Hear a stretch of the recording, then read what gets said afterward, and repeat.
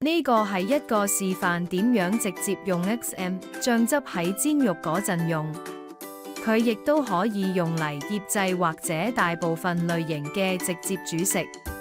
為咗獲得最佳效果，當醬汁被吸收到肉入面嗰陣，就算係預先醃製過嘅食物，都建議喺煮食過程中再加入醬汁。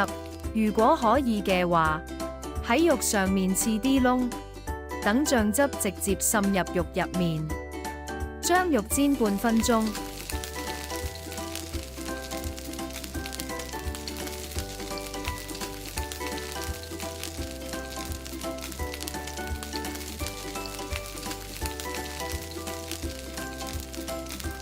然後慢慢將 XM 醬汁淋喺肉表面，唔好俾佢掂到個鑊，俾20秒時間佢，等個醬汁可以由上而下咁吸收入肉入面。下一步翻轉肉，重複同一個過程，由頂部淋上 XM， 而唔係用匙羹掂到肉。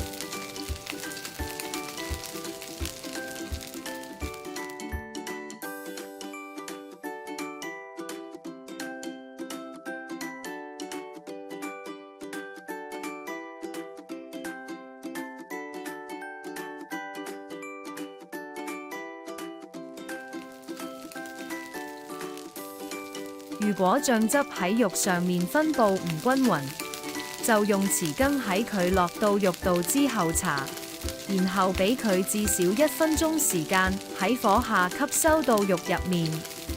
總共2分鐘嘅 XM 醬喺火下吸收肉，效果最好。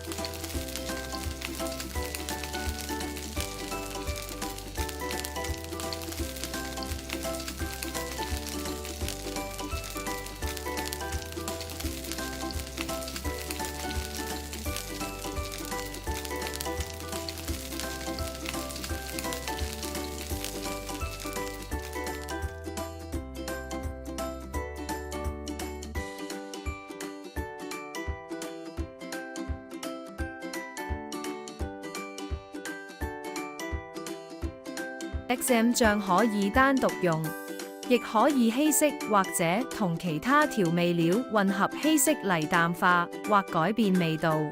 開咗之後記得放入雪櫃，同埋盡快用完。